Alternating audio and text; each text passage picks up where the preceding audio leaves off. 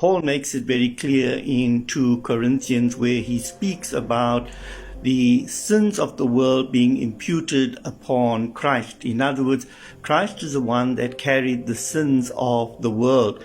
But for us to understand what it meant for the sins of the world to be imputed upon Jesus, we have to go back to the Old Testament, and we find there where the people sinned against God and there was a temporary forgiveness. That temporary forgiveness came about as a result of the people making a sacrifice with the lamb.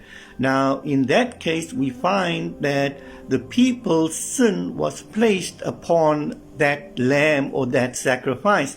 And we need to understand that it is not the lamb that sinned, but the lamb carried the sin of the people. And again, that was a temporary forgiveness until Christ came. So we find in the New Testament, Paul speaks, or the Apostle Paul speaks about Jesus coming as the perfect lamb.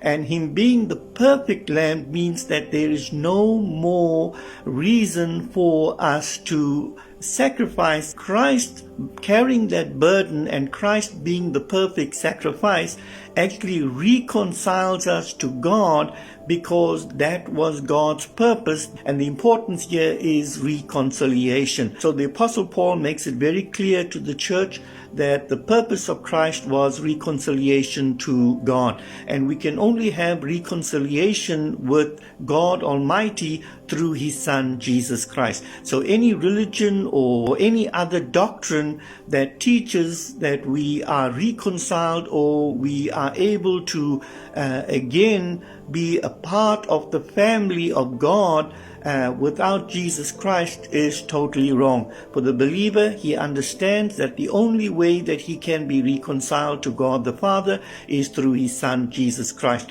and therefore salvation means we accept Jesus Christ into our life, and as a result of that we are able to have fellowship with the Father.